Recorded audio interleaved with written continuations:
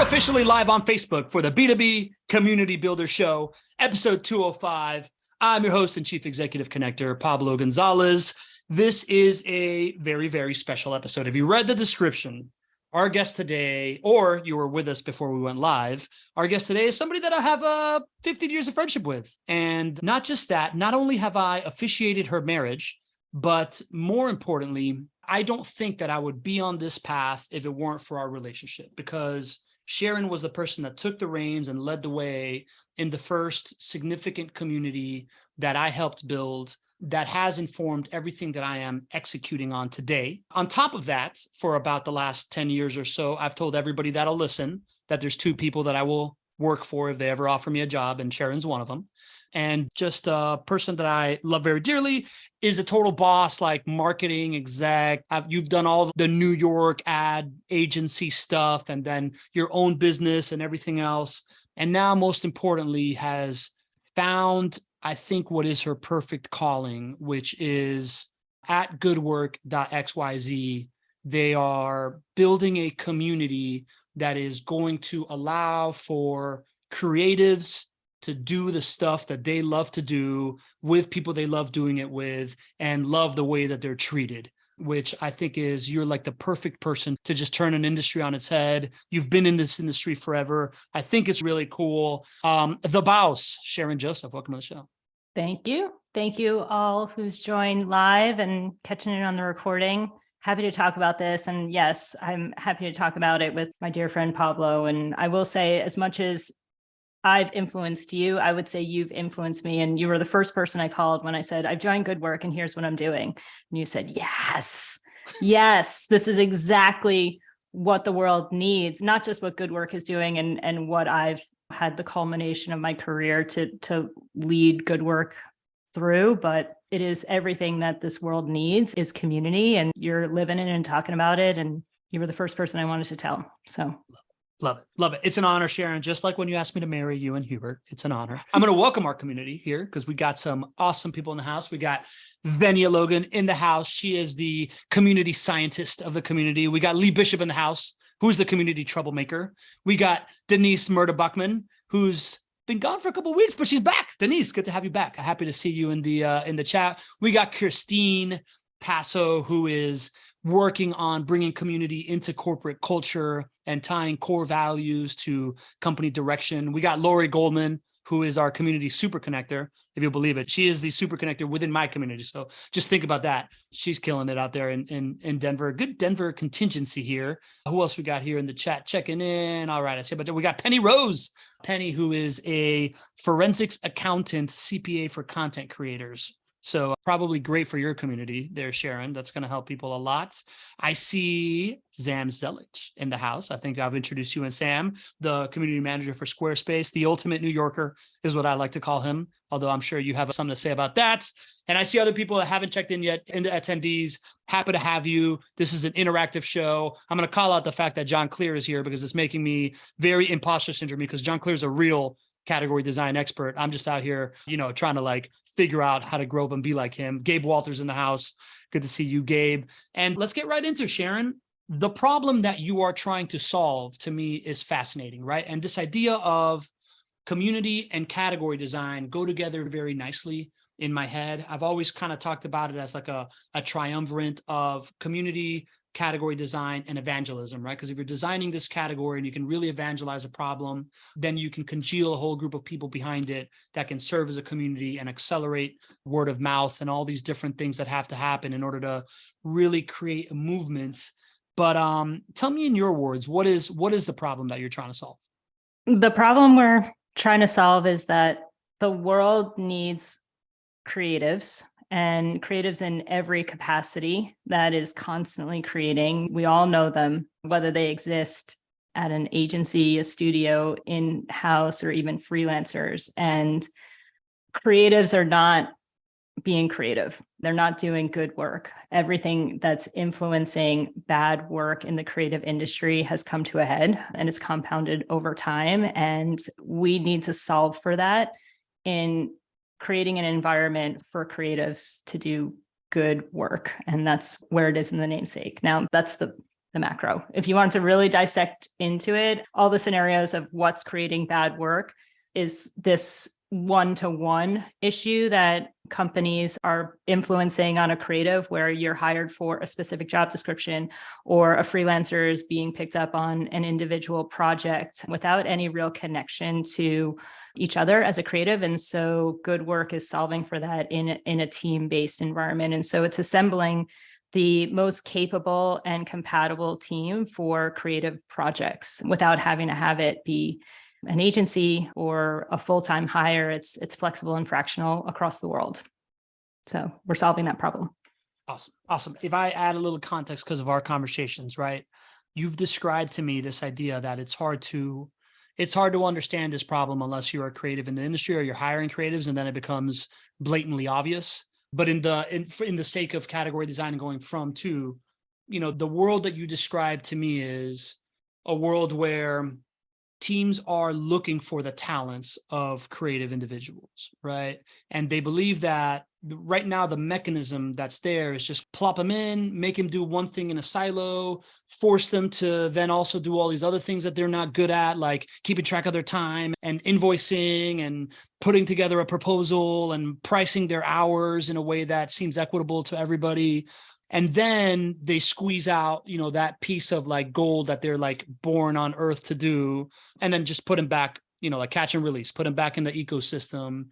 And what you've described to me is kind of this world where, number one, putting a creative into just like one slot is by definition like a waste of talent, right? Because they are able to creatively like connect dots, right? So integrating them into a team where they're not just like touching the one thing and they're able to see it through and really, I think Marta says this really well, right? Like creativity is being able to see connections that didn't previously exist, right? So being able to like connect those dots, the more dots you give them, the more that they can make a better connection. And then on top of that, taking off of them the burden of like the business side of things and making that easy for them and their ability to just plug into that and go get in the right seat of the bus and go through a community platform that's essentially solving for both ends of the equation, right? Like you are bringing the creatives and finding a way to put them into teams and allow them to build and whatever and solve for that transactional problem. And you're also going to generate demand on the side of the people hiring creatives by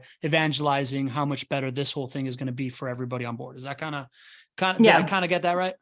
You got it. And the easiest part here, and I didn't come up with the name Good Work, but the easiest way to look at it is bad versus good. And there's a lot of processes that are in place right now in the creative industry, whether it's a client booking a creative or creative agency or hiring a creative, that has been putting the situations and processes and output in the bad defense.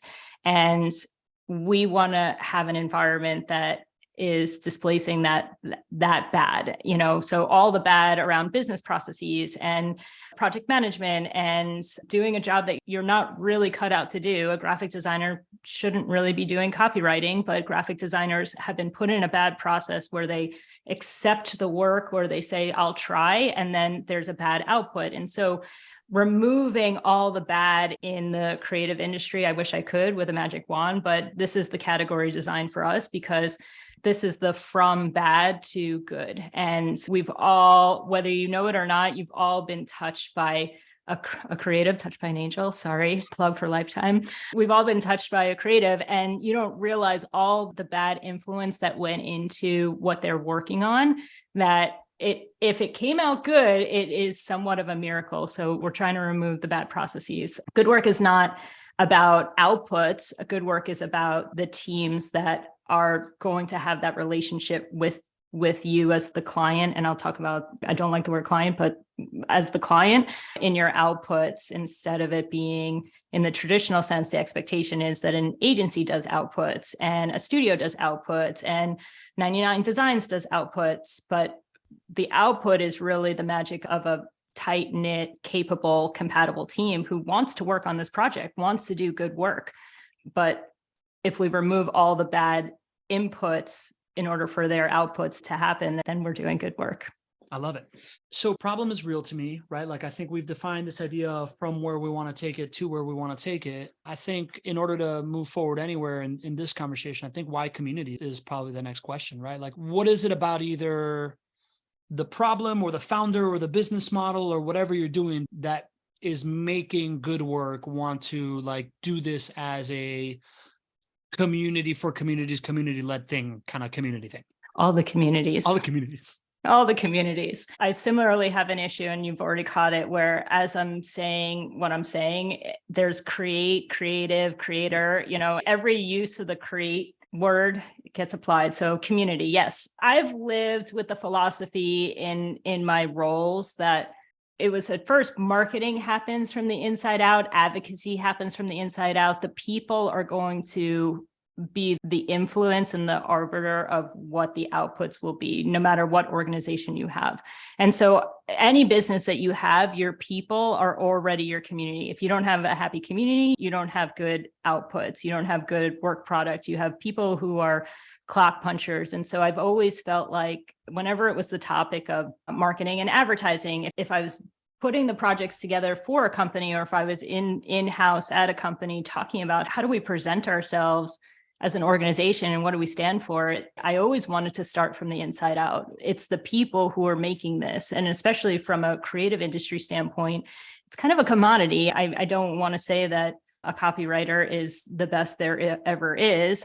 If you're a copywriter, I'm sure you are, but there are a lot of copywriters out there and a lot of designers, a lot of people who have creative roles in this world. And so the difference is going to be, do they actually like what they're doing? Do they actually believe in it? And so that's no matter the organization from the inside out. If you have people in your space that are believing in this mission together, then that's your community. It works that way also with community living. Everybody believes that they want their community to be safe and that the mailbox area should be clean. And so that's community living. And so knowing that the creative industry has this widespread problem and we're all in agreement on it and nobody has offered a viable solution. There are some temporary solutions, but how do we plan for the future of what the creative industry will be and think about the next generation of creatives who are self-taught, they didn't go to college, and all the expectations that existing generations have of what college did you go to? What degree did you get? What awards did you win? Who recommended you? How long did you work at an agency? Well, that the new generation won't need to worry about that. And how do we embrace that? And so we have to start from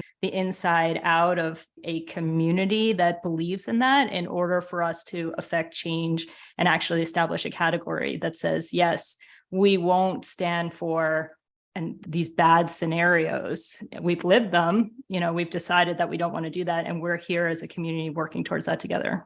So it's kind of a philosophy of from the inside out for me of we already know that the people who are going to be operating on the Good Work platform are members with a purpose, and their purpose is to do good work. And they join for that reason because they could get work elsewhere. They could continue to apply for jobs and freelance and do gig platforms or get recommended from their friends and wait for the next project, or they can choose to come in on this path that we're paving so that they can be part of like-minded individuals to work on this and be ready to get work. Good work is to get work, and that's for our community first and foremost. Nobody else can get work unless you're a community member. Good work is about the creative lifestyle, and good work is about the connection to each other in order to do a good work product together. So that's community written all over it. Yeah, there's a lot to unpack there. The first things that I heard that I really like that I put in the chat, and I'm sure that Ryan will make a quote card for you, is the people will be the inputs and the arbiters of what your output will be. I think is really well stated. And I think that is, that's one of those things that can apply to so many different things. It makes me think of the leap that I made probably about like a year and a half ago when I realized that this whole game of community for business development, right? Like this idea that you can acquire clients and open up opportunities through community starts with the community that you have internally, right? Like if you're not hiring people that you are nurturing and congealing into, a mission and a belief system and a POV and having something that get along with each other and then be able to exude that, it's going to be very unsustainable for you to try to build community outside of it. And then as you continue talking, so I was like, oh, okay, so you're a culture-based company for sure. And then as you kept talking, you started talking about this like industry-wide problem of that will only be solved through, the best way I can put it is mentorship at scale, right? Like if there isn't people that have been through it like you, that have also been to the other side of it and figured out that there's a better way, and then provides the data point of validation to the person coming into it that doesn't know that there's a better way, but feels there's a better way. That makes me think of like the conscious capitalism movement, or the fact that, companies these days are triple bottom line and all this stuff is happening because at some point in like the 60s, the hippies happened. And that whole like altruism got beat out of them because there wasn't a generation before them that could say, no, some of us did succeed like this. And now that we're, the millennials taking over and moving into leadership positions, there's just enough of those data points of business done the right way, the Patagonias of the world and all these other things. And then there's freedom of information that you're able to share that allows you to like walk into a work environment and be like, no, man, it can't just be you, toxic dictator, telling me what to do. That's not the best. Companies in the world are not built like this. They're built like this. And you be able to provide that thing. So for me, when I think of this need for mentorship at scale in order to provide that better path, community is the only tool, right? Like it's the only way that you can not just be on a stage dictating down to people, but to be in a circle, chairs facing each other and dialogue going every which way. And that to me is the only way that you can like change something that's so endemic and so just ingrained into the psyche. Yeah. And maybe that's a good callback to why the term clients or client servicing is a bad word in our internal dialogue. We even purposely say that we work with companies because to us, the company to creative member connection is a partnership instead of you called it top-down dictatorship, or I've said that it creates somewhat of a subservient dynamic of, I'm working for you, I have to do this output, the client is always right. And whether you are working as a creative at an ad agency, which is, talk about endemic problems, like ad agencies set the standard in the 30s, 40s, 50s, Mad Men days is our benchmark of this is how it always is. And so client servicing, if you're servicing the client at an ad agency or you work in-house for the client and the pressures of that is similar, or you're a freelancer temporarily working for a client, you don't have a partnership on creative. You have a dictator asking you to do deliverables. And so those environments will still exist just the same way I think gas stations will still exist in our lifetime. But over time, how do we create it so that there's a partnership on what we're delivering as a creative industry and not just a order taking service? Love that. So if we're talking about community and category design. We've been talking a lot about the problem, right? And we've talked a little bit about the from to, this industry where it's, not a true partnership, where the creative work is siloed, where creatives are forced to do this. And the ramifications of that means that the work isn't as good, the people aren't happy, high turnover rates, or so like not good continuance of like people working together, like a band that's played together for a long time. You're coming together to cut your first album every single time, right? You as a saxophonist know this, right? What's the vision then of the future, Sharon? Like if this thing works and, whether it's good work or somebody else figures it out, what does that vision look like? That creatives or any sort of knowledge-based workers who work in teams instead of individuals can be joined together through technology and a community to work on projects. So yeah, the future is flexible and fractional based on your work product of how you want to work. And you don't have to be fixed in any capacity. Something came up, I'll make it very relatable. This idea that I'm asking every potential creative member what they would change about the creative industry. Somebody brought up the idea that freelancers are a dirty word. It's not the preferred approach. And yet we have lightning strike. You want to talk about that? We have this lightning strike of coming out of a pandemic. Everybody is remote based. You can be a creative who was originally a New Yorker, but live in Bali, and you still have all of your knowledge and all of your capabilities and all of your compatibility of the team that you normally like to work with. So you don't have to be anywhere. So why is freelancing going to be, how do we sunset that freelancer is a dirty word? And even freelancer originates as an English word for a medieval mercenary who fights for the highest bidder. And yes, if we don't have community now, we're living in a world where we're fighting against each other even. We're fighting for that one job as the creative director at Apple. We're fighting for, we're trying to outbid each other on Upwork. I've seen it in 99 Designs where the designers start back channeling me and saying, oh, they've submitted that design for a different company, watch out. So we're fighting against each other. And that's a world that I don't want to live in. What are we doing here? So then now what you're laying out to me, it makes a lot of sense, right? First of all, Christine Passo says, I never felt more like a taskmaster than when I worked at an agency. It felt all wrong with no true partnership. You're right, Sharon, right? So I think you're on a nerve.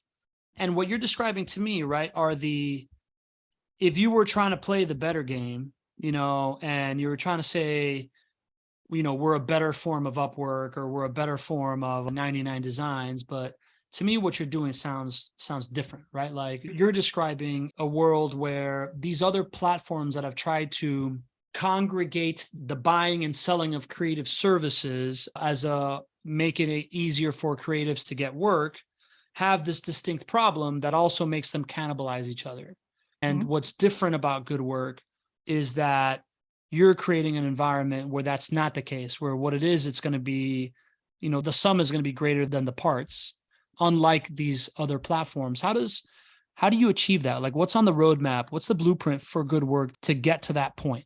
I mean, in the immediate, it's making sure that we're very focused on the types of work and the types of people that we involve in this, because it is at the same time, we're proving a model and we are changing behaviors, which won't happen in parallel. And so in the immediate, it's making sure that we have the right people involved and the right mix of people, and that learned process that I have through my career of compatibility of creatives and the right project profile for those types of creatives isn't necessarily innate in everyone. So to translate that into how does that look in technology? And we're having a lot of discussions around the creatives are the humans. And if we're trying to enable a better process, to displace the bad process, then we have to have some baseline data, but creatives are non-binary. So how do you have baseline data around somebody's capabilities and compatibility? And so the blueprint is really solving for that so that we can make sure that in the immediate, the teams have to be very controlled and nurtured. It can't be left to chance as we're building this and changing behavior at the same time. But then over time, it sets the model and and that's what category design is, right? Where we need to set the standard. And I think, in entertainment terms, until somebody created the character or the persona of Spider-Man, the idea of slinging webs from your hand and climbing up walls was kind of asinine. I'm sure if a kid started doing that, they might be sent to a doctor. But now they are Spider-Man. And so we need to say, this is what Good Work teams do. And we need to be very controlled around in our early teams and our early adoption, that this is the hero of a Good Work team and the collective in a small scale, so that it can be the benchmark teams as they start adopting this work style. I love it. I love exactly how you use all this. And I think it's crazy that you and me haven't really jammed prior to this call to set this up, because what you're saying to me is the key to community creation, right? It's the key, this idea that the first few members need to be formed as the Avengers, right? Like I use the Avengers all the time. So Spider-Man, I guess Spider-Man is an Avenger, right? At least in one of those movies, but you need to form the Avengers, right? Like you need to set up who the superheroes are of the community to create that cool club at the top of the ecosystem that everybody wants to model and want to be like and really promote that. So the idea that your number one thing you're focusing on is quality of the first creatives that you really get good work for, and, make the example of like, okay, purchaser of creative services, we're going to give you somebody and you're going to have a great experience. And then anybody that comes into our community sees how this person has delivered the experience, now has that benchmark, is exactly that, right? It's making the Avengers happen. You get to serve as like whatever Shield or Nick Fury or however you want to put that, not necessarily the superhero yourself, but you're the person that is putting them together and putting them in places to, kill the demons of the industry. But Sharon, if you're going to take so much time in vetting people and making sure that they're right, how are you ever going to grow a community? Don't you need to like get 1,000 people in the door like tomorrow so you have a community?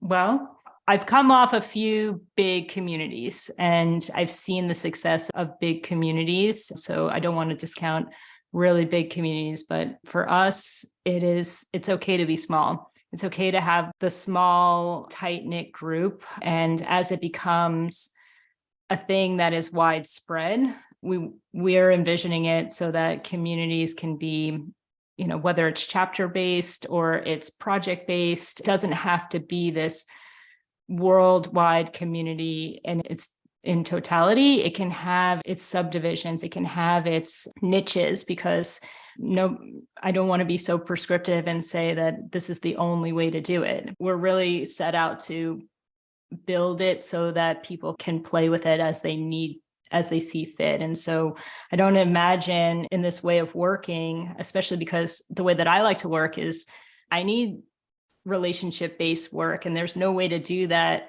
with thousands of people. I would not enjoy myself. I would not do good work if I had to know the intimate details of thousands of people. But what this space will show is how to have this type of community, whether you want it to be small or big. And it's how to have this type of working together in a creative industry, whether it's small or big. Even the team size, it's 3 to 5 people on a team. Anything bigger than that, and you brought up the band analogy, we don't need an orchestra, we need a brass band, and that's really the flexibility and the nimbleness that it'll bring. And so even when you start talking about the scale of community for the creative industry, it doesn't have to be widespread where everybody is all in the same spot. It could be, sectioned off or subdivisioned depending on where the community takes it. Community playgrounds, community gardens, there's a lot of community analogies here rather than do it based on other businesses and other creative business models. This is more about the space to play. Nobody tells you how to use the swings or the monkey bars. You decide that you're gonna come to this space and time to play together, and that's what community is. I'm going to turn on the light, realizing, speaking of experience, this is a bad experience. I think it looks good, but anyways, I'm still listening. I was just going to say, number one, Venya, our community scientist. Oh, that actually looks way better. I've seen she puts in here, I've seen massive communities become small overnight because they're better when they're small, right? I think you and I were kind of bonding over this idea that our community that we started when we started this like young professionals group for Habitat taught us the lesson that you only really need, we could leverage just the 8 motivated young professionals that cared about a better Miami and solving for generational poverty in order to say, oh, hey, superintendent of schools, can we get a meeting for you and like set a meeting in your boardroom in order to get to know you? And then we're just going to go plan our own thing, right? Or partner at one of the biggest law firms or whatever, right? Like, I think early on, you and I had the good fortune of understanding that it doesn't need to be a big community to hold the power of a lever, right? Like of a real lever that can move stuff that you can't move by yourself. And I wonder, is that stuff you think about, right? Like, do you go back to those days and like model that stuff that we were doing and what you are moving forward with? I mean, even the way that you and I approached that community, we didn't have a model. I brought up this term innate. Something was innate that this was the way that we wanted to do it. Yes, we had a discussion with that small team. And then I will say that the innateness in me has always been in this small group of interested beings to work towards something, because I think the mass for me and my work style is not how I like to connect on what I'm doing. I've some people listening have heard the term kidney friends, like I like to be that close and small, tight knit in a small team that, we have to be willing to donate organs, because what else are we doing here? We're working together towards something, and let's keep it close. And this way of going about it is, I think, better, because once you start having too much scale, and even again, this sort of epitome of good work teams being small and fractional and flexible teams, is that if it gets too big, then now you have people who maybe don't want to be there as much, or don't have their schedule is so varied from what the rest of the team is working on. So now you're accommodating the one, or the person who you have to drag through the process, and so that's no longer community for me, because no matter the scale, if we don't all have the tight knit work environment, then it's not something that I enjoy to do. I don't need the mass influence. So yeah, I think it's informed me in a way that shows that this is what I like to do with my time. I like to take a small set of people together. Let's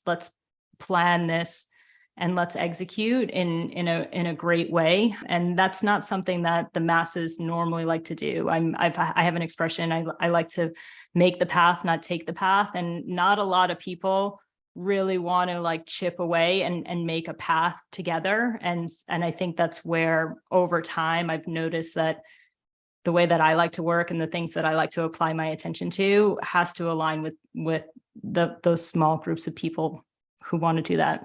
So love that. All right, so let's get more tactical. Lee Bishop's got a great question, which is Good Work setting up the control platform for the community? Is that your role? I think the big question is like, all right, you have evangelized this problem, you've cast out kind of like the ramifications and the vision. What's the blueprint? Like, what is needed to connect the dots between this like old state of isolated worker that just gets, is a mercenary for the highest bidder, to this community focused, like team member based person that's doing their best work for people that are getting the best product possible at the best prices? What's needed, right? Like, what is either what product you're building or what product you should be building, kind of thing, right? Like, what's needed? I have a problem with TMI, so that's why I'm censoring myself, because I can tell you, but then it's the secrets. The secret sauce is how the sausage is made. So this is tech enabled. We're all connected by tech. And so the tech needs to be built. Tom Zampini, he's the founder and CEO. He's a technologist. And I've coined him a behavioral technologist, because this is not his first foray in making technology that helps with alleviate, pain points in somebody's behavior in their day. And so coming into the creative, he's never worked in the creative industry. He and I joined forces on this to say, let's look at it under that lens. So the tech has to be put in place.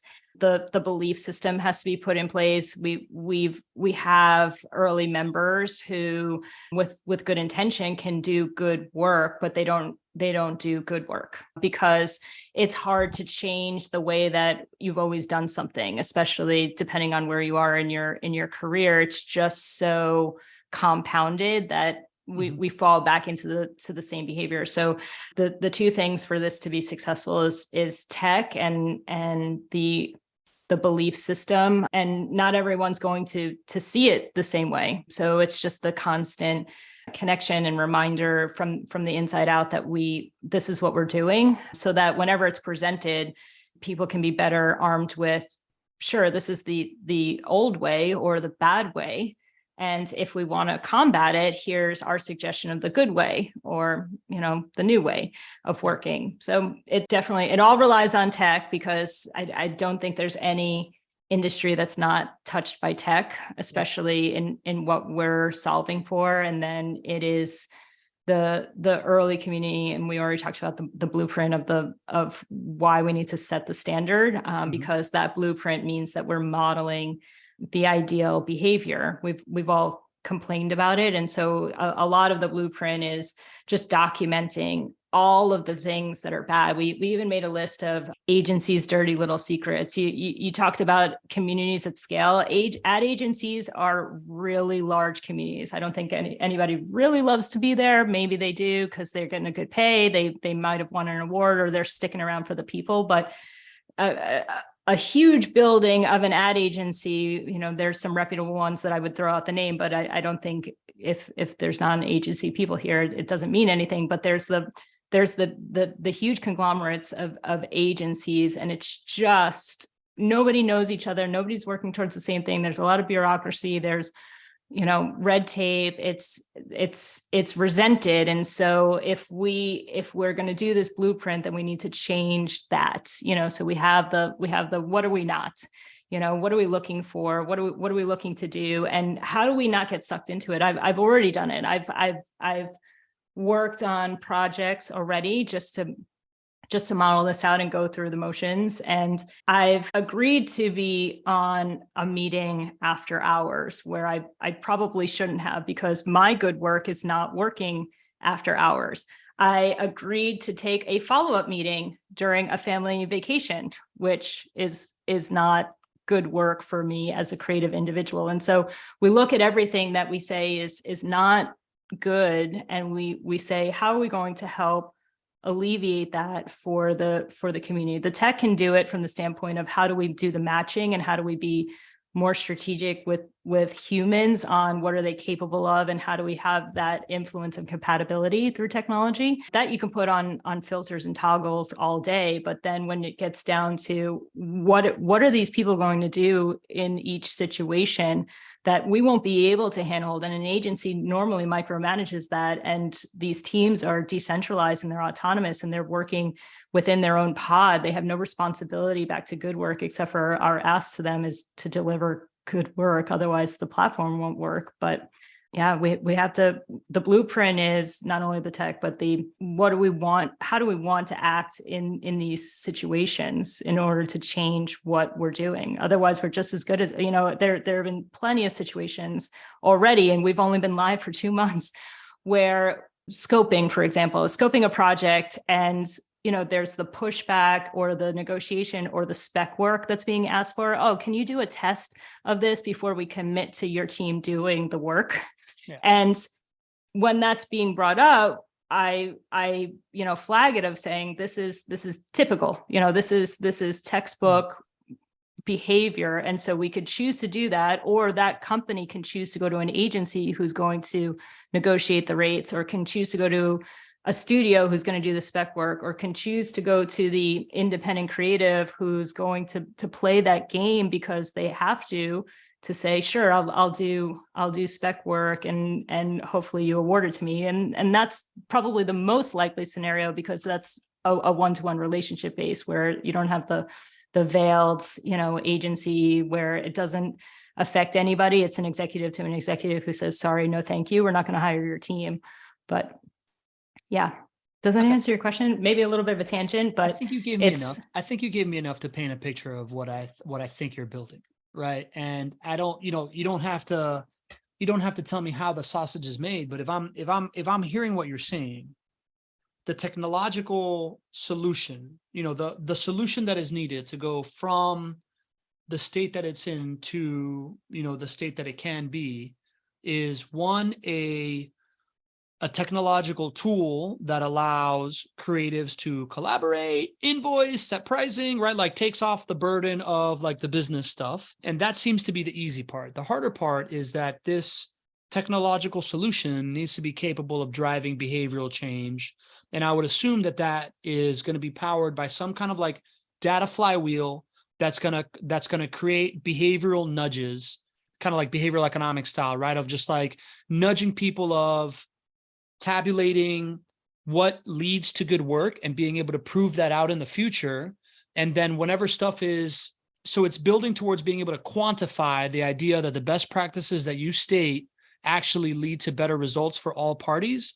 And at the same time, it's disincentivizing the behaviors that your thesis right now, and as you continue to stack up that flywheel, show that aren't good behaviors, right? Either qualitatively or quantitatively. Therefore, whenever you see a message that's like, oh, hey, can you also do this, whatever, it's gonna send maybe some kind of a notification that's like, oh, by the way, you shouldn't be doing this. This is how you handle that objection to the creative.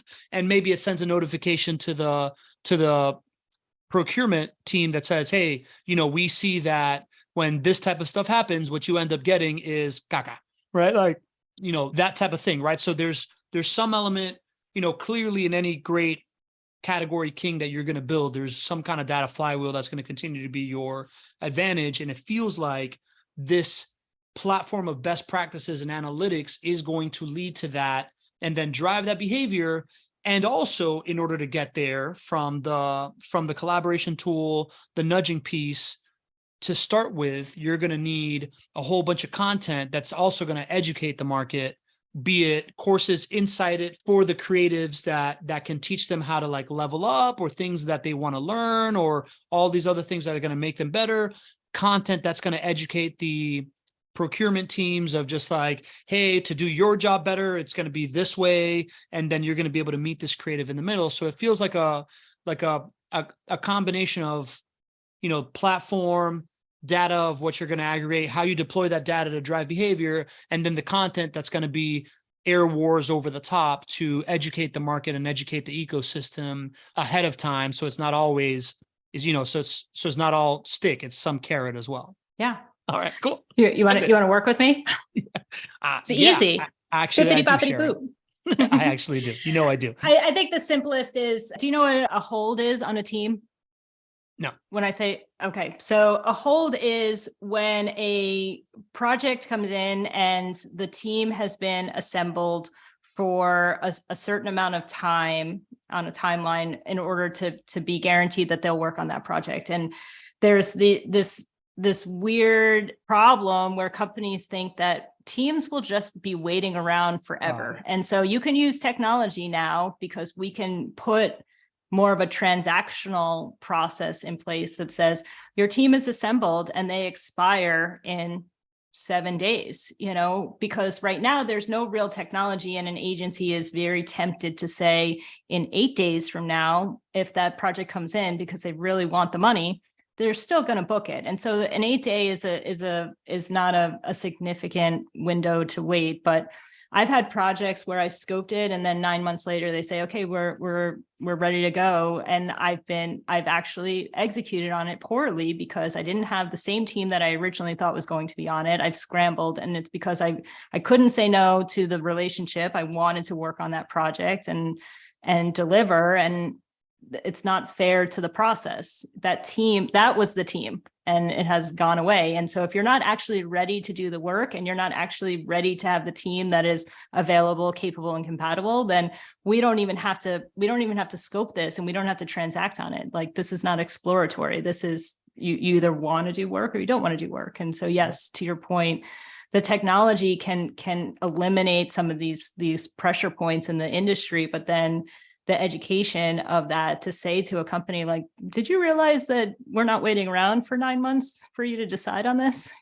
Like, you can do this now, or you can decide in 9 months from now that you're going to open up a new project, so. Got it. There's a perfect use case right there. So let's jam on lightning strikes, right? So if this is what you're trying to do, what have you thought on category design? Means lightning strike is a one moment that the company builds towards that can educate the whole market that you've arrived, and that this problem is, it's not that you've arrived, it's that this educate the whole market on the importance of the problem, right? So like, what is a place where the creative industry gathers that you can make some kind of action happen? Or have you thought of any kind of like lightning strike idea? I've thought of it. Yeah. Oh, go on. I mean, yes, because we have to, you brought it up in the prior discussion around, we have we have three different stakeholders. We have companies, we have creatives, and we have something that is our most important one, which is a team lead. And the team lead is the connection between companies and the creatives that are going to be assembled per project. And to catch all of those audiences in the same lightning strike, it needs to be business and industry related. So it's probably an Adobe event of some sort. It's probably somebody who understands that, it's probably an event like that. It's aligning with industry publications. I'm also building content the same way the community is, which is, from the inside out, and the advocacy there, where I'm not trying to get the lightning strike immediately. I'm just trying to get some ground coverage and recon around, what are you experiencing? How is this going? Because most of our members are not full-time good work projects. They're toggling whatever they were normally doing. Sometimes it's a full-time job, or they're balancing a few other projects with agencies or friends that they're working with, plus a good work project. So I could have people who are in 4 different headspaces at the same time, and even companies work like that too. So the lightning strike is probably, from an industry standpoint, aligned to something with a category king on the industry, and it's an announcement. We want to wait until we have more of the projects profiled, the type of projects that are good for this environment to start. We need a few more of those, and we're going to be doing a look at how the data, the member data modeling starts looking like, because we're realizing that that compatibility factor is another thing that we really want to solve for, because some of that you won't know until somebody's actually working on a project. So we're not going after a lightning strike quite yet, but now's the time, though. We're looking at post-pandemic. We had a huge spike in employment, and now it's going to be a recession again. And so creatives are the first to go, where in-house or agencies will be let go. And so the fractional, flexible creative teams are going to be desirable. So we're coming. I mean, it's going to be 2023. So look for it. Yeah. You sit at like a perfect kind of position to organize something that's like a true lightning strike, right? Because you are building a technological project. So you can set, the whole like lightning strike thing is aligning your whole company behind this one thing, that is bring something new to market with a story that you've crafted in a space where your entire industry is. You're like in the perfect industry of like, Adobe, Cannes Film Festival, South by Southwest is probably too soon for you, right? But like Art Basel, like that, there's definitely events that are going to congeal kind of those three, that are going to attract those three people, right? The companies, the creatives, and the team leads. You can definitely plan whatever your optimal feature release is around that thing, and then show up with some creative way to tell the story of this problem, right? Like, be it, I remember one of my clients, when they brought to market a keyboard that's dishwasher friendly for healthcare applications, right? Because in order to prevent infection control and like the spreading of infectious diseases, they had like the big medical tech conference. An article had just been published about how keyboards have like the same amount of like fecal matter of blah, blah, blah, right? So they put these, I mean, you're a woman, so you don't go in a lot of men's bathrooms too often, but in men's urinals, there's these like things, these like urinal screens that they use. They created these urinal screens and put them in all the bathrooms of this medical tech conference, saying, did you know that your keyboard has as much bacteria as this urinal screen? Go to booth XYZ, to talk about, like to get the solution. And they just completely dominated the thing, right? It's just creative storytelling of the problem is that there's more dirt in more stuff in a keyboard than you think. We've got the solution. Come check us out. And then people show up and they're getting the demo. And it was like the talk of the festival. They got in trouble for it, but 6 years later, they're still kind of like celebrities at this conference because they pulled this thing. So some kind of thing like that. It sounds like a great maneuver for you in one of these like industry-wide events. I'm excited to see what you come up with.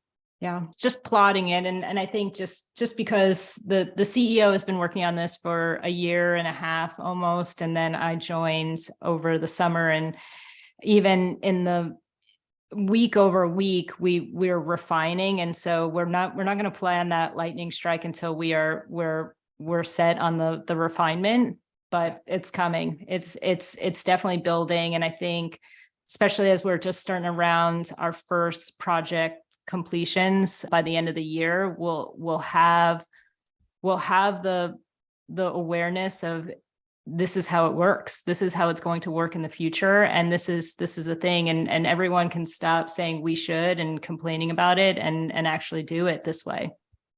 Love it. Love it. Sharon, before I let you go, it sounds like the key to this thing is finding project leads, right? Or somebody sending you project leads, or I don't know, what's your key to success? What are you looking for? Promote good work, like how do people get in contact with you? This is the moment to get self-promotional, Sharon. Yes, are working off of team leads as our number one priority. And so it's people who have run creative teams in their career and are familiar with that process. So that's one, I guess, self-promotional aspect. If you're a company who wants to do any sort of creative production, creative services project and are looking for a new way of working, then let's do a project together with one of our Good Work teams, because I'm sure you're fed up with the old way of working. And that's about as self-promotional as I'll get right now, because I don't want us to go after everything. It's not about that. It's about the awareness in this call and beyond, of really take a look at how the creative process is working and think about what could be done differently, because this is what a whole industry is dealing with.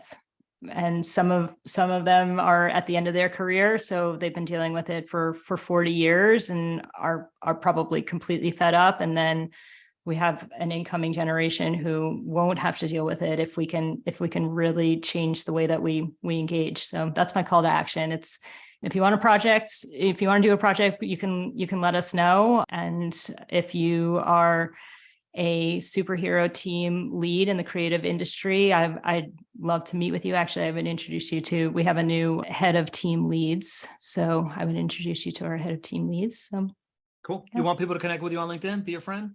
Yeah, LinkedIn. I can even also put my email address if you want. Cool. Here to everyone. Sure. All right. And we'll, do you want me to link that on the podcast show notes, your email address, or not? It's just LinkedIn for the overall audience. Yeah. Yeah. Sounds good. All right. If you guys decided to attend live, then you get the contact details. Kidney friends, you guys become. Kidney friends. So now you know, if you're listening to this on the podcast, big mistake. You just missed a chance to be Sharon's kidney friend. So good luck with that transplant.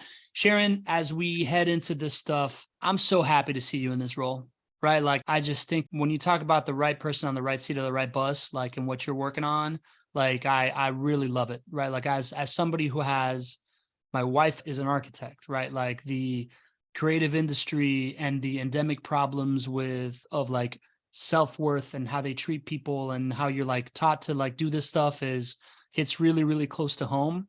And I love the fact that you're out there solving it. And I'm super pumped to be a team lead, be all in on this like good work project, focus, kind of like deliverable, and the fact that we officially get to work together and do stuff. So thank you for coming on here and, talking about what you're up to. And I think that was super, super valuable. And it was a great exercise for me to just talk in category design language and see if we could talk through it. And I can't think of anybody I'd rather do it than with you. Thank you.